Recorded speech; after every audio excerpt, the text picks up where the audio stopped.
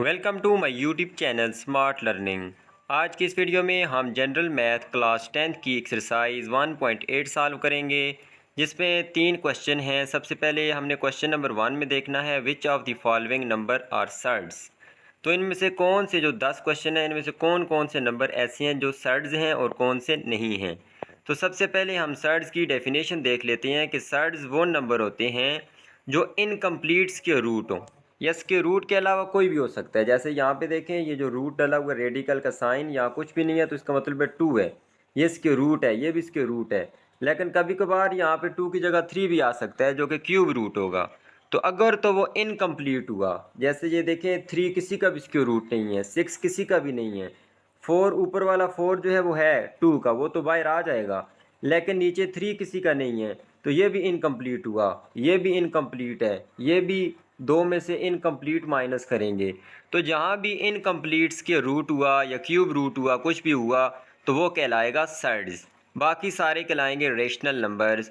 ये चूँकि irrational number होते हैं तो इस वजह से हम इनको क्या कहते हैं, सर्ड्स भी कहते हैं। तो अब देखें, पहला क्वेश्चन है 3। तो 3 देखें, एक p/q की फॉर्म में हम लिख सकते हैं 3/1।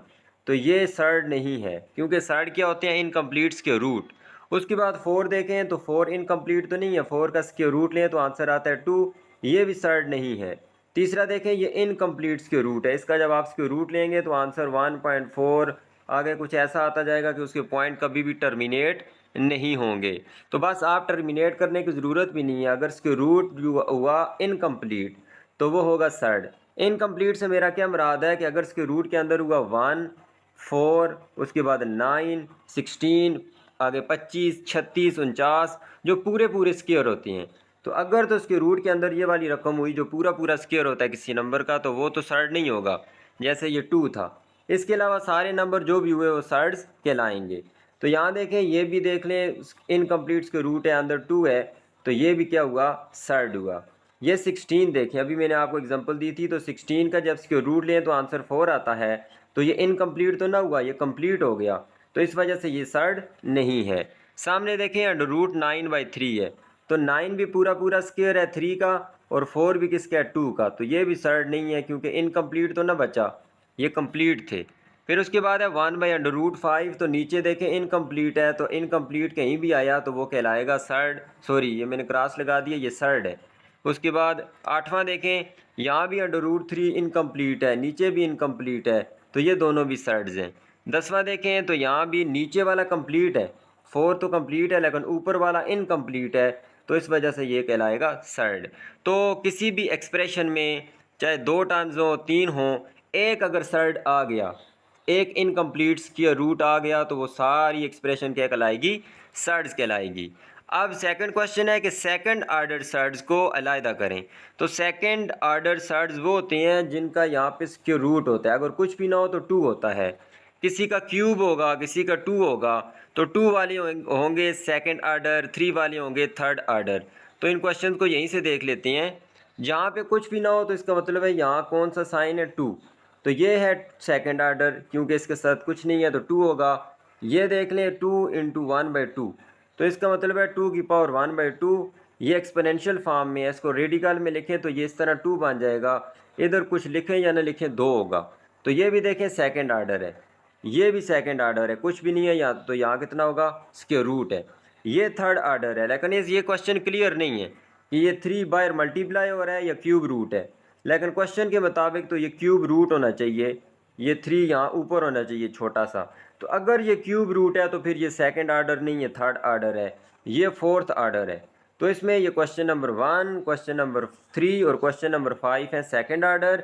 बाकी सेकंड और फोर्थ, सेकंड वाला थर्ड ऑर्डर है और फोर्थ वाला है फोर्थ ऑर्डर। उसके बाद चले जाते हैं रैशनलाइज द फॉलोइंग नंबर्स। तो ये नीचे देखें सर्ड्स हैं, तो हमने इसको रेशनलाइज करना है। जो डीनोमिनेटर है, नीचे देखें डीनोमिनेटर इर्रेशनल है, डीनोमिनेटर इर्रेशनल, इधर भी इर्रेशनल, इधर भी इर्रेशनल। इर्रेशनल क्या होता है, इनकम्प्लीट्स के रूट। तो हम नीचे जो डीनोमिनेटर है इसको रेशनल बनाएंगे। तो कैसे बनाते हैं, चलें इन तमाम क्वेश्चन को देखते हैं। ये छोटी सी एक्सरसाइज थी, तो क्वेश्चन देख लेते हैं। अच्छा, ये मैंने लिख भी दिए हैं, वो ये आपको जो सेकंड ऑर्डर और थर्ड ऑर्डर का बताया था, तो ये सेकंड ऑर्डर, ये भी सेकंड ऑर्डर। ये इसमें कन्फ्यूजन है, तो अगर तो ये 3 मल्टीप्लाई होता है फिर तो ये सेकंड ऑर्डर है। अगर ये क्यूब रूट है जैसे मैंने आपको वहाँ भी बताया है तो क्यूब रूट हुआ तो फिर ये थर्ड ऑर्डर हो जाएगा। ठीक है, ये क्वेश्चन क्लियर नहीं है। उसके बाद है 2⁻1/2, इसको हम ऐसे इसके रूट की फॉर्म में लिखेंगे तो ये भी सेकंड ऑर्डर, ये फोर्थ ऑर्डर है और ये भी आखिरी वाला कैसा है, सेकंड ऑर्डर। सेकंड ऑर्डर से मुराद उसका रेडिकल की जो पावर है वो कितनी होनी चाहिए, मतलब कि वो स्क्वायर रूट होना चाहिए। अब रेशनलाइज का तरीका देख लें, आसान सा तरीका है। नीचे ये क्वेश्चन था, ये वाला क्वेश्चन था, इसमें बस एक ही काम करना है आपने, जो नीचे नंबर है इसका कंजुगेट लें। कंजुगेट कैसे लेंगे, पहली रकम को वैसे ही रखें, दरमियान में अगर प्लस है तो क्या लिखते हैं माइनस, अगर दरमियान में माइनस हुआ तो मल्टीप्लाई करने वाले के साथ क्या लिखते हैं प्लस, बस साइन चेंज करना है। तो ये देख लें √2 + 3 है तो √2 - 3 के साथ ऊपर भी इसको मल्टीप्लाई करें नीचे भी, मतलब कि हम ऐसा लग रहा है कि कोई भी इसके ऊपर काम नहीं कर रहे। तो ये इसलिए किया है ताकि नीचे क्या बन जाए, डिनोमिनेटर रेशनल बन जाए। अब यहाँ पे एक फार्मूला है, ये ए रकम है, ये बी है, ये भी ए और बी, a जमा B multiply by a minus B, ये फार्मूला मैंने लिखा है, वो बराबर होता है पहले रकम का स्क्वायर माइनस दूसरे रकम का स्क्वायर। तो नीचे वही चीज़ बनी हुई है, ऊपर तो ऊपर वाले को 1 से मल्टीप्लाई करें, नीचे पहले का स्क्वायर लें √2 का स्क्वायर और फिर माइनस दरमियान में लिखें, ये देखें फार्मूला में माइनस है, फिर b का स्क्वायर लें 3 का स्क्वायर, तो स्क्वायर्स के रूट के साथ कैंसिल, नीचे बच गया 2 और 3 का स्क्वायर हो गया 9 -9, ऊपर तो 1 के साथ मल्टीप्लाई होगा, उन पर कोई फ़र्क नहीं पड़ेगा।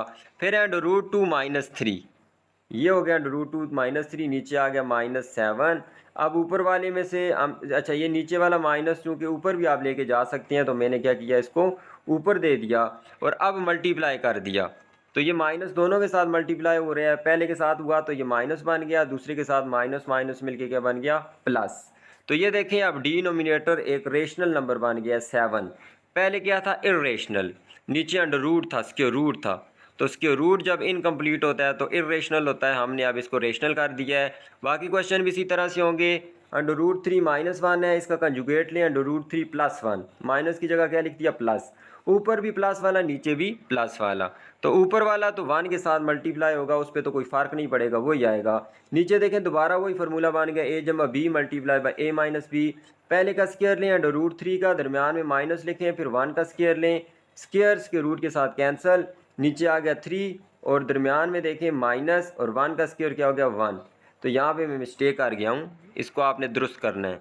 ये दरमियान में क्या है माइनस है तो मैंने यहाँ नीचे प्लस लिख दिया, तो यहाँ क्या आएगा माइनस आएगा, सॉरी।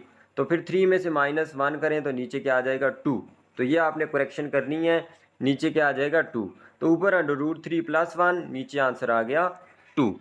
उसके बाद तीसरा क्वेश्चन देखें, यहाँ पे ये 2 मल्टीप्लाई हो रहा है साथ -1, इसका कंजुगेट लेंगे तो 2√3 -1 की जगह क्या आ जाएगा +1, ऊपर भी नीचे भी, तो ऊपर वाला तो उसके साथ मल्टीप्लाई होगा तो सिंगल वही आ जाएगा। नीचे आप देख लें वही फार्मूला बन गया, a जमा b multiply by a minus B. तो पहली रकम का स्क्वायर लिया, ये पहली रकम है इसका स्क्वायर लें, फिर दूसरी रकम 1 है 1 का स्क्वायर लें। अब यहाँ पे आपने एक चीज़ का ख्याल रखना है कि ये दो चीज़ें हैं, ये 2 भी है और साथ में √3 भी, तो 2 पे अलहदा से स्क्वायर लें, √3 पे अलहदा से स्क्वायर लें और 1 का स्क्वायर क्या हो गया 1, तो स्क्वायर्स के रूट के साथ कैंसिल, इधर बच गया ये सिर्फ 3 और 2 का स्क्वायर हो गया 4, तो 4 थी 12, 12 में से 1 निकालें 11 बच गया और ऊपर वाली रकम वैसे की वैसी ये लिख दी मैंने यहाँ पे। तो नीचे देखें यहाँ भी रेशनल नंबर बन गया, 11 एक रेशनल नंबर है, ठीक है, इस क्वेश्चन में 11 एक रेशनल हो गया और दूसरे क्वेश्चन में 4 एक रेशनल नंबर बन गया था, 4 नहीं सॉरी 2 आएगा वहाँ पे, क्योंकि 3 में से 1 माइनस करेंगे बचेगा 2। फिर लास्ट दो क्वेश्चन हैं, नीचे देख लें √5 - 1 है, तो कंजुगेट क्या लेंगे √5 + √3, फिर √5 + √3, तो ये तो 1 के साथ मल्टीप्लाई होगा तो ये वही रकम आ जाएगी। नीचे आप क्या करेंगे, पहली रकम का स्क्वायर लें, माइनस लिखें, फिर दूसरी रकम का स्क्वायर लें, तो स्क्वायर्स के रूट के साथ कैंसिल, इधर भी कैंसिल, नीचे बच गया 5 - 3, तो 5 में से 3 गया, क्या बच गया 2 और ऊपर वही वाली सेम वैल्यू बचेगी। तो 2 क्या होता है एक रेशनल नंबर हो गया, तो ये भी क्या हो गई है डिनोमिनेटर रेशनलाइज हो गया है।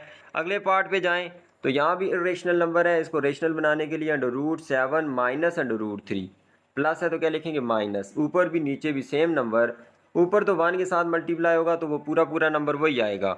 नीचे फार्मूला बन गया है a जमा b multiply by a minus B बराबर होती हैं a का स्क्वायर माइनस b का स्क्वायर, तो स्क्वायर्स के रूट के साथ कैंसिल, स्क्वायर्स के रूट के साथ कैंसिल, पहले में से बच गया 7, 7 में से 3 गया 4, नीचे आ गया 4, ऊपर वही वैल्यू आएगी, तो 4 भी अब क्या बन गया, एक रेशनल नंबर। तो ये भी रेशनलाइज हो गया है। तो यहाँ तक जो है ये पहले चैप्टर की एक्सरसाइज 1.8 भी मुकम्मल हो चुकी है। सिर्फ इसकी रह गई है रिव्यू एक्सरसाइज। इंशाल्लाह नेक्स्ट वीडियो में मैं उसको भी अपलोड कर दूँगा। वीडियो पसंद आई है तो इसको लाइक करें, चैनल को सब्सक्राइब कर दें। अल्लाह हाफिज़।